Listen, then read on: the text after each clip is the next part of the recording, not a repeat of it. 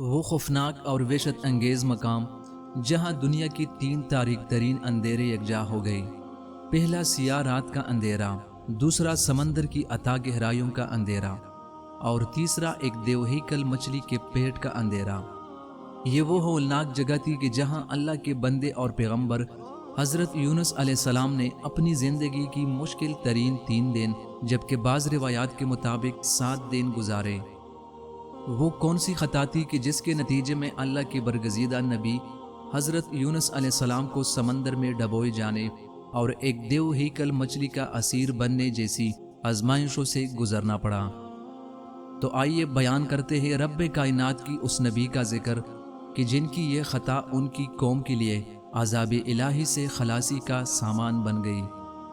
یہ قصہ اس قدر حیرت انگیز اور منفرد ہے کہ اللہ تعالیٰ نے اسے توریت و انجیل اور قرآن مجید میں کئی مقامات پر بیان فرمایا ہے۔ دوستو، دریائے دجلہ کی مشرقی کنارے پر ایک وسیع و عریض شہر کے کنڈرات موجود ہے۔ یہاں کبھی ایک جیتا جاگتا اور خوشحال شہر آباد تھا جسے شہر نینوا کا نام دیا جاتا تھا۔ یہ قدیم آشوری قوم کا بسایا ہوا ایک شہر تھا۔ قرآن کریم کے مطابق یہاں کی آبادی 1 لاکھ سے بھی زائد تھی۔ یہاں کے لوگ بہت ہی مالدار اور ہنرمند تھے۔ زمین کے انتہائی زرخیز ہونے کے باعث ہر قسم کی فصلیں یہاں پیدا ہوتی۔ رب ذوالجلال کی عطا کردہ ان تمام نعمتوں کے باوجود یہاں کے لوگ کفر و شرک، زنا، قتل، چوری اور دیگر کئی سنگین گناہوں میں مبتلا تھے۔ لہٰذا اللہ تعالیٰ نے اس قوم پر حضرت یونس علیہ السلام کو بطور نبی مبعوث کیا۔ یونس علیہ السلام کا ذکر توریت اور انجیل میں یونا کے نام سے مذکور ہے۔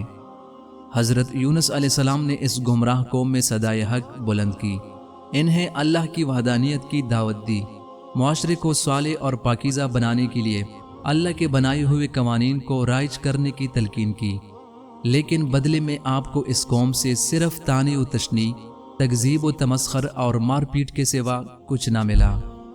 صدیوں سے رائج بتوں کی عبادت ترک کرنے اور ایک انجان خدا کی عبادت کی دعوت دینے پر نہ صرف شہر نینوا کا بادشاہ اور حکمران طبقہ آپ کے مخالف ہو گئے بلکہ عام عوام بھی آپ کے لیے نفرت کا اظہار کرنے لگے۔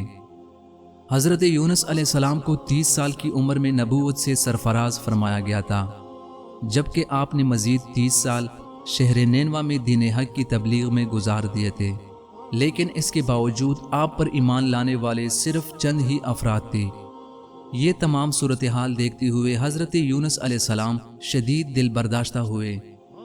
اسلامی مفسرین کے مطابق حضرت یونس علیہ السلام نے اللہ کے حضور اپنے قوم کے لیے بد دعا فرمائی کہ اے میرے رب، مجھے ڈر ہے کہ وہ مجھے قتل کر دیں گے، پس تو ان پر اپنا عذاب نازل فرما، کیونکہ یہ وہ قوم ہے جو ایمان لانے والی نہیں۔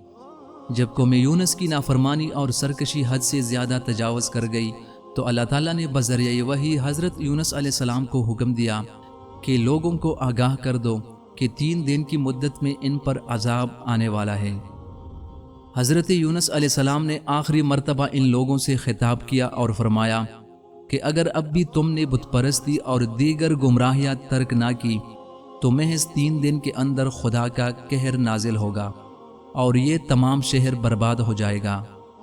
لوگوں نے اس بار بھی آپ کا مذاق اڑایا اور ایمان لانے سے انکار کر دیا۔ قوم نینوا کا یہ جواب سن کر حضرت یونس علیہ السلام کو یہ لگا کہ اب حجت تمام ہوئی اور آپ حکم الہی کا انتظار کیے بغیر ہی اس بستی کو چھوڑ کر روانہ ہو گئے۔ تاہم آپ کے کوچ کر جانے کے بعد شہر نینوا کے کچھ دانشمند افراد نے اپنی قوم کو سمجھایا کہ حضرت یونس علیہ السلام نے اپنی زندگی میں کبھی جھوٹ نہیں بولا۔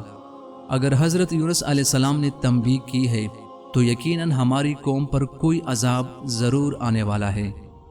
جب اگلے روز صبح کے وقت انہیں عذاب کے آثار واضح نظر آنے لگے تو اس قوم نے اللہ کے حضور روتے اور گڑگڑاتے ہوئے اجتماعی توبہ طلب کی۔ بادشاہ سے لے کر نوجوان، بوڑھے اور عورتیں ٹاٹ کی لباس زیب تن کر کے اپنے چھوٹے بچوں کو لے کر ایک میدان میں جمع ہوئے اور رب کائنات سے اپنے گناہوں کی معافی طلب کرنے لگے۔ رحمت خداوندی جوش میں آئی اور اللہ تعالیٰ نے اس تمام قوم کی اجتماعی توبہ کو قبول فرمایا۔ دوسری جانب حضرت یونس علیہ السلام شہر نینوا سے کوچ کر کے دریائے فرات کے کنارے ایک کشتی میں سوار ہوئے۔ یہ کشتی سمندر میں ایک نامعلوم مقام کے لیے سفر طے کرنے لگی، یہاں تک کہ یہ کشتی سمندر میں ایک مقام پر شدید ترین سمندری طوفان کی لپیٹ میں آ گئی۔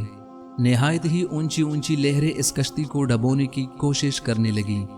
دوستو، اس زمانے میں لوگوں کا یہ ماننا تھا کہ اگر کوئی کشتی سمندری طوفان میں پھنس جایا کرتی تو ضرور اس میں کوئی ایسا غلام بیٹھا ہے جو اپنے آقا سے بھاگ کر آیا ہے۔ کشتی میں سوار تمام لوگ قرآن اندازی کرتے اور جس شخص کے نام کا قرآن نکلتا اسے سمندر کی لہروں کے حوالے کر دیا جاتا۔ لہٰذا اس بار بھی 3 مرتبہ یہ قرآن اندازی کی گئی اور ہر مرتبہ حضرت یونس علیہ السلام کا نام سامنے آیا۔ حضرت یونس علیہ السلام ان تمام واقعات کو دیکھتے ہوئے فوراً سمجھ گئے کہ اللہ رب العزت کو میرا یوں وہی الہی کا انتظار کیے بغیر ہی نینوا سے چلے آنا پسند نہیں آیا۔ مجھے آخری وقت تک اپنی امت کی اصلاح اور ہدایت کی کوشش کرنی چاہیے تھی، اور اب یہ سب میری آزمائش کے آثار ہے۔ چنانچہ آپ نے اپنی ذات کو خدا کی مرضی کے سپرد کر دیا اور کشتی والوں سے کہا کہ میں ہی وہ غلام ہوں جو اپنے آقا سے بھاگ کر آیا ہے۔ مجبوری کے عالم میں کشتی والوں نے حضرت یونس علیہ السلام کو سمندر کی لہروں کے حوالے کر دیا۔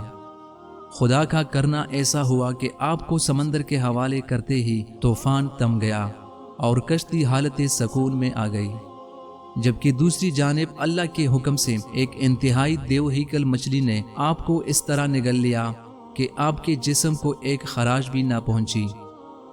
دوستو، یہ حضرت یونس علیہ السلام کے لیے انتہائی دہشت اور خوف کے لمحات تھے کہ سمندر کی اتھاہ گہرائیوں میں ایک مچھلی کے پیٹ میں آپ کے شب و روز گزارنا، وہ بھی اس عالم میں کہ جب خدا آپ سے ناراض ہو چکا تھا۔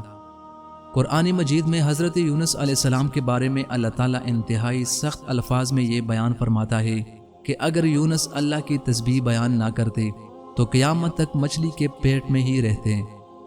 انتہائی تاریک و وحشت ناک مقام پر حضرت یونس علیہ السلام نے اپنے پروردگار کو یاد کیا اور اس کے حضور یہ دعا فرمائی، لا الہ الا انت سبحانک انی کنت من الظالمین، یعنی تیرے سوا کوئی معبود نہیں، تو پاک ہے، بلا شبہ میں ظالموں سے ہوں۔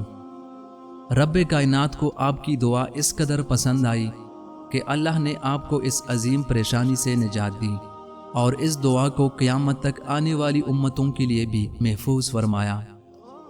رب ذوالجلال کے حکم سے اس مچھلی نے آپ کو 3 دن، بعض روایات کے مطابق 7 دن، جبکہ بعض کے مطابق 40 دن اپنے پیٹ میں رکھنے کے بعد ایک ویران اور چٹیل میدان میں اگل دیا۔ مچھلی کے پیٹ میں رہنے کی وجہ سے آپ کا جسم بے حد لاغر اور کمزور ہو چکا تھا، جبکہ آپ کے جسم کے تمام بال بھی غائب ہو چکے تھے۔